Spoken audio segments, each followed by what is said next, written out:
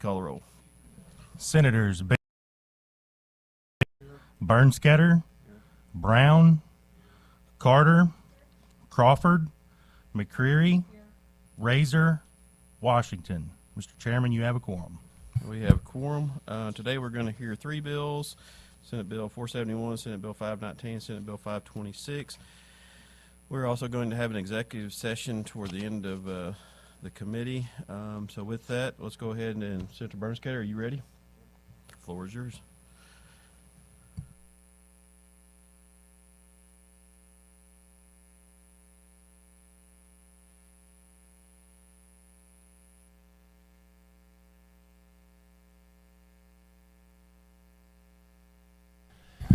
Presenting Senate Bill 471. It's for chiropractic on animals. It allows animal chiropractors to practice without being regulated by veterinarians. Animal chiropractors can either be licensed vets or licensed by the State Board of Chiropractor Examiners with 210 hours of chiropractic instruction. The bill will give animal chiropractors the same freedom as regular chiropractors, while ensuring they are well trained and qualified. And I'd be happy to answer any questions. Thanks, Senator. Any questions for Senator Bernskoetter? Seeing none, anybody here to testify in favor of Senate Bill 471? Seeing none, any here not in favor of Senate Bill 471? If you're not in favor, would you like to come forward for your...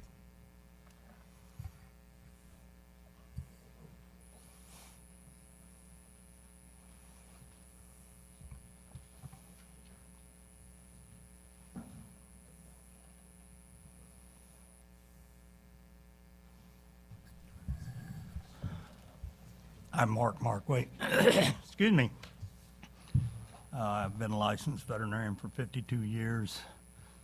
Worked on pretty well street equine the last 25, but on all species up to that point. We don't feel that, we don't feel, many of my colleagues, that human chiropractors should be given free rein without further training and someone to answer for. They have no liability problems. We get sued if something goes wrong. They're not governed by either the chiropractic board or the veterinary board. And there are so many of them who are just freely doing it now, human chiropractors that had decided they wanted to work on animals, so they started work on animals.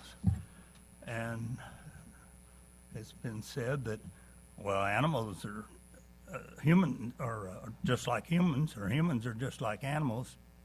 No, they're not, unless you're working on primates. Four-legged animals have a completely different musculoskeletal system. Yes, we have four. Our appendages are similar, but not functionally similar at all.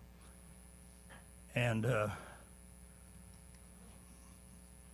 House bill, I don't know what to bring up. The House has amended their bill where it's tolerable to us. But we can't support this bill as it is. Thank you, sir. Do I need to be more wordy? You're just fine, sir. Any questions for this witness? Seeing none, make sure you do fill out a witness form if you don't care to, sir. Yes, I think I've got one here. Like I say, if not, you just put that forward there. Thank you very much. Thank you. You can lay your witness form on the table, I'd say, if you've already filled one out. Anybody here else not in favor of Senate Bill 471? Seeing none, anybody here for informational purposes only? Seeing none, Senator, do you have any closing comments? Yeah, Dr. Markway brought up a good point. The House is coming up with some language, and I think Dr. Markway kind of alluded to that he was okay with that, and that I haven't got the language yet, but it will mirror the language that they've got over in the House. So I just want to let everybody know that. Thank you, Thank Senator. Close the hearing on Senate Bill 471. Next up is Senate Bill 519. Senator Hoskins, are you ready to go? The floor is yours.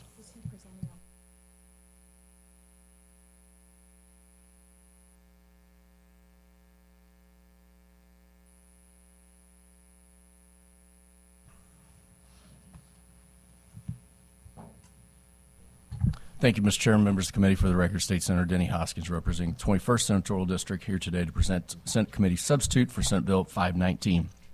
So this fall, the Missouri biodiesel industry stakeholders met with the Missouri Department of Revenue to discuss the implementation of the biodiesel tax credits that were passed during this past special session.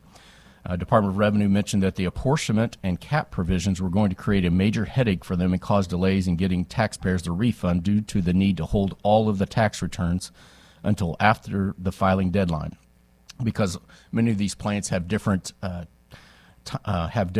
tax return years. Some may be March 31st, June 30th, September 30th, December 31st. They asked that we either remove or raise the cap for the producer's side to alleviate this red tape burden on the taxpayers and Department of Revenue.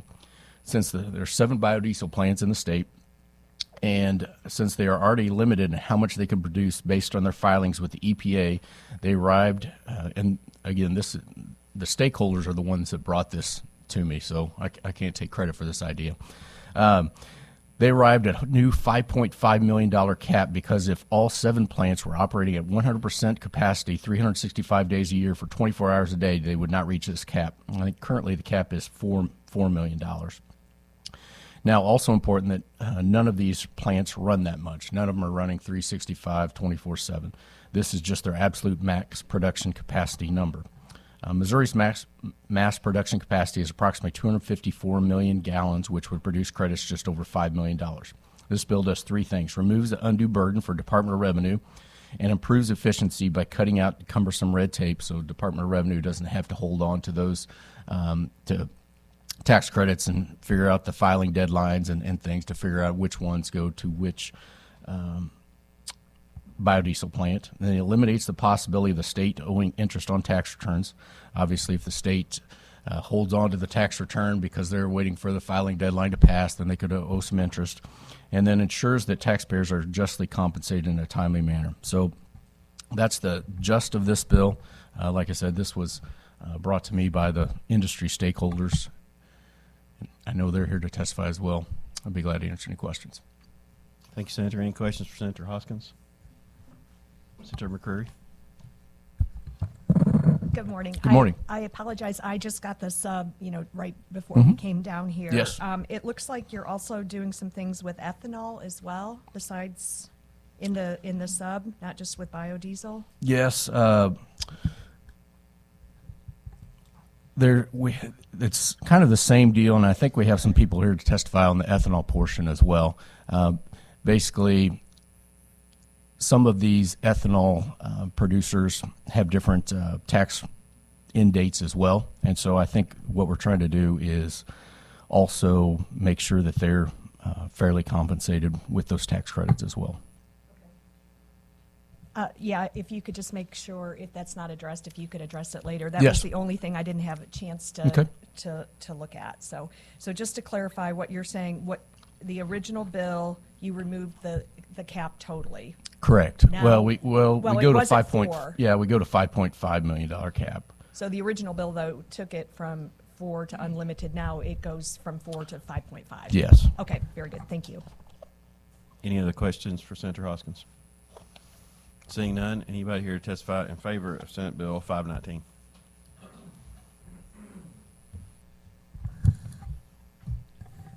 Good morning, Mr. Chairman, members of the committee. Liz Henderson on behalf of the Missouri Soybean Association. We want to go on record in support of this bill. The sponsor did a very good job explaining this bill and how it came to be. We met with DOR and some of the other industry stakeholders during the fall, and what the department told us was that this was going to create just a bureaucratic nightmare for them, and this was going to cause all kinds of headaches, the potential for the state to owe thousands of dollars in interest payments to these taxpayers, waiting for their returns to come back due to the sporadic filings of all of the 7 biodiesel plants around the state. So their idea was to just remove the cap, which is why the original bill just had a complete removal. We came to the $5.5 million number because we have a 254 million gallon max capacity potential for biodiesel in the state. And so if every single plant in the state were running 365 days a year, 24 hours a day, that's what they would produce. There's no plant in this state that runs 24 hours a day, 365 days a year. It's just not possible. So that is the max number of credits that we would ever get. So we know it's always going to be lower than that number. There's never going to be a year where we actually bring down 5.5, but we know it will be likely a little bit higher than 4. So on an average year, it could be between 4 and 5. And that's why we came to that number. Like the sponsor said, this is just going to eliminate some red tape, make it easier on the department, make it easier on the taxpayers to get their money back quicker. And with all that, that's why we ask you guys to please support this bill. I'd be happy to try and answer any questions. Thank you for your testimony. Any questions for the witness? See none. Thank you. Anybody here else in favor of Senate Bill 519?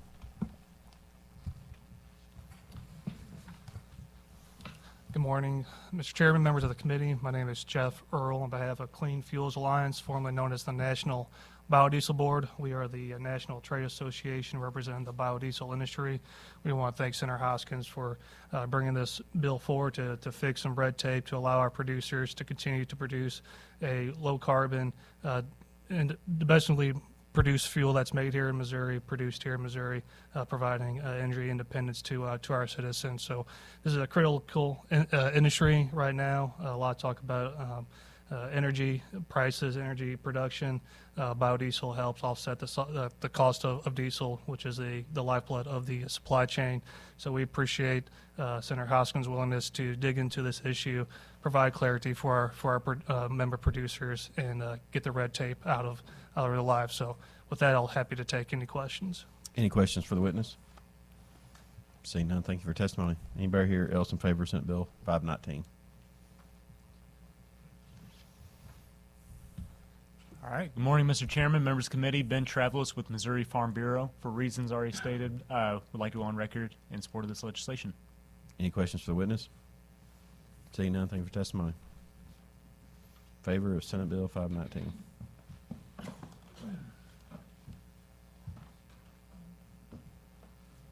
Morning, Mr. Chairman. Andy Arnold here on behalf of the Missouri Truck Stops of Missouri and the Iowa 80 Group.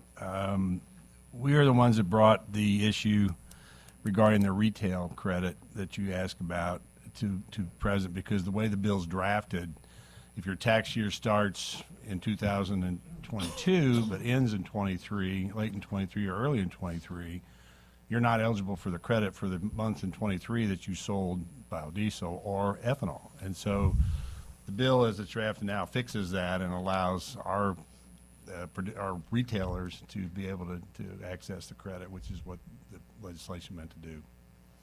Any questions for the witness? Seeing none, thank you. Thank you, sir. Quick comment, we were on a fiscal year, it ended in June, it was a nightmare for stuff we had, we got rid of that finally, so I get Our it. biggest client ends in September, and it's even worse. So. In favor of Senate Bill 519?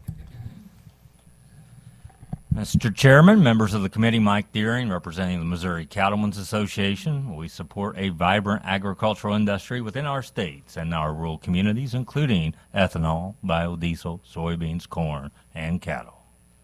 Like that. Any questions for the witness? I have a comment. Senator. You could be on radio with your voice. Just saying. Don't give him any more. Any questions for the witness? Please don't ask. Seeing none, thank you for your testimony. Anybody here else in favor of Senate Bill 519? I do have a comment. Oh, sorry, Senator Black. That same voice could get him in trouble when he was in high school, too. He could not be quiet enough. I couldn't hear him.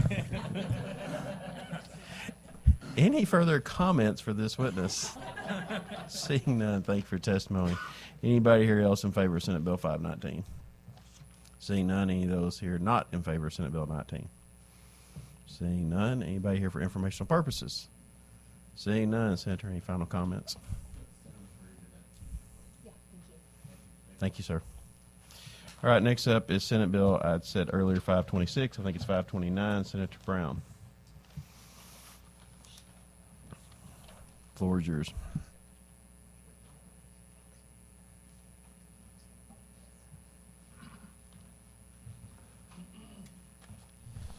Good morning, Mr. Chairman, members of the committee. For the record, I'm Senator Justin Brown, representing the 16th District.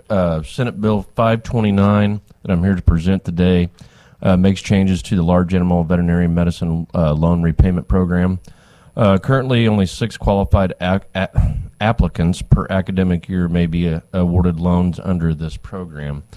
Senate Bill 529 increases that up to 12 applicants per year. In addition, the proposal increases the amount of the award from $20,000 per academic year to $30,000 per academic year, not to exceed $120,000 total per student. Finally, the bill renames the program to the Dr. Merle Townley and Dr. Dan Brown Large Animal Veterinary Student Loan Program. And with that, I'm happy to answer any questions. Any questions for Senator Brown? Seeing none, anybody here in favor of Senate Bill 529? Please come forward.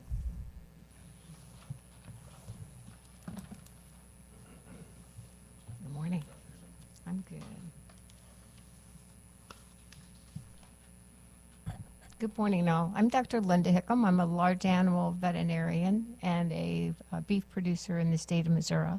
Also was a state veterinarian when this program was initiated. The program started in 2001 and then was funded with Dr. Dan Brown in 2008. Since that time, the rules and so forth were created and under the Department of Ag. The statutes were all under the Department of Professional Registration. Since that time, we've had 38 recipients. Of those, 90% are still practicing in a rural area.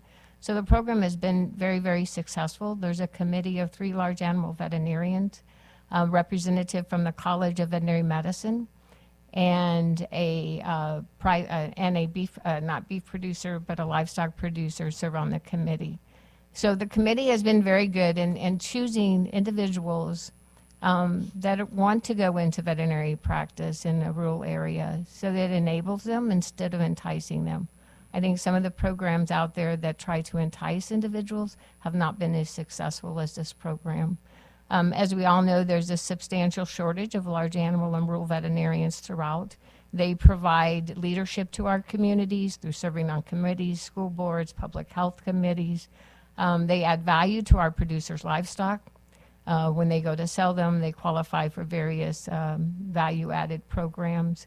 They ensure that the meat that we eat is wholesome and safe through their public health additive. And probably the most important thing they do is that they're the boots on the ground for foreign animal disease. In the event that we would have foot and mouth disease, African swine fever, they're the first people that are probably going to detect that and enable us to contain it and eradicate it as quickly as possible. There's several states that have several counties that have over 1 million head of livestock. I think 48 counties have over 1 million head of livestock and only have 1 or no veterinarian to provide service to those animals. So we think it's crucial that we expand the program. It's been successful. Changing it from 6 to 12 would give us a lot more individuals going out into those areas. The increase in the tuition, the increase in the amount is just to cover the increase in the tuition that has happened since the program was initiated. So with that, I ask for your support and would be glad to answer any questions you might have. Thank you. Any questions for the witness? Thank you all for your service. Anybody here else in favor of Senate Bill 529?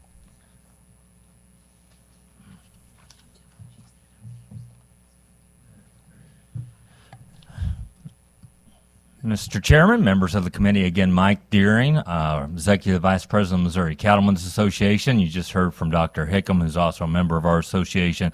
I don't want to talk much about the program. I want to talk about the need, but one thing that was not mentioned is that this program also allows organizations and grants to also fund the program.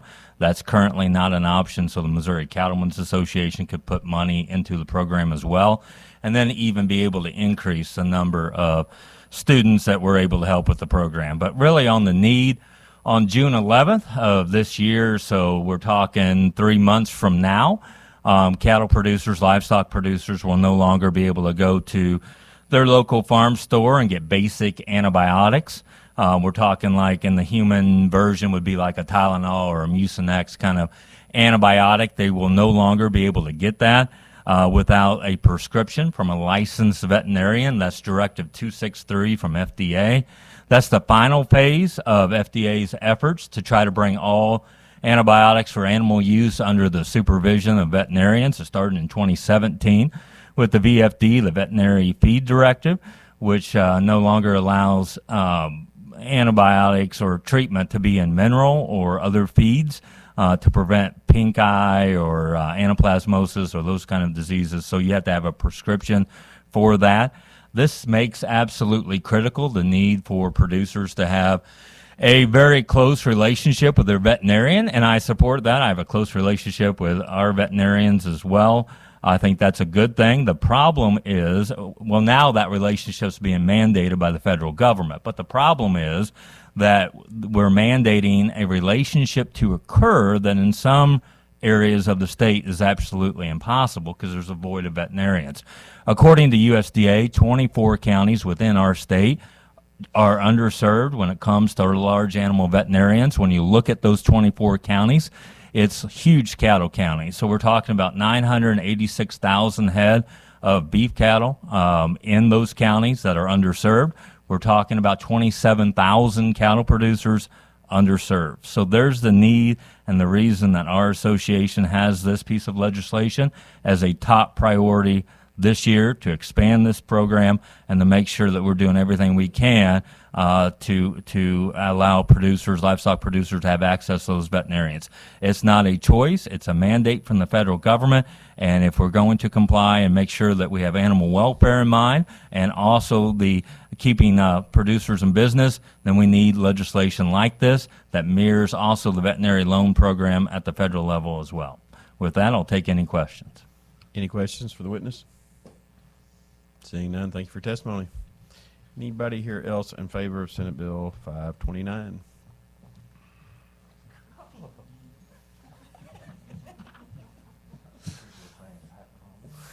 All right, good morning, Mr. Chairman, members of the committee. Ben Travelis with Missouri Farm Bureau. I may not have the radio voice that Mr. Deering has, but for the reasons that he explained, we also agreed that this is a really good bill. There is a need for more large animal veterinarians out there, and really appreciate the senator bringing this forward. With that, I'd love to answer any questions. Any questions for the witness?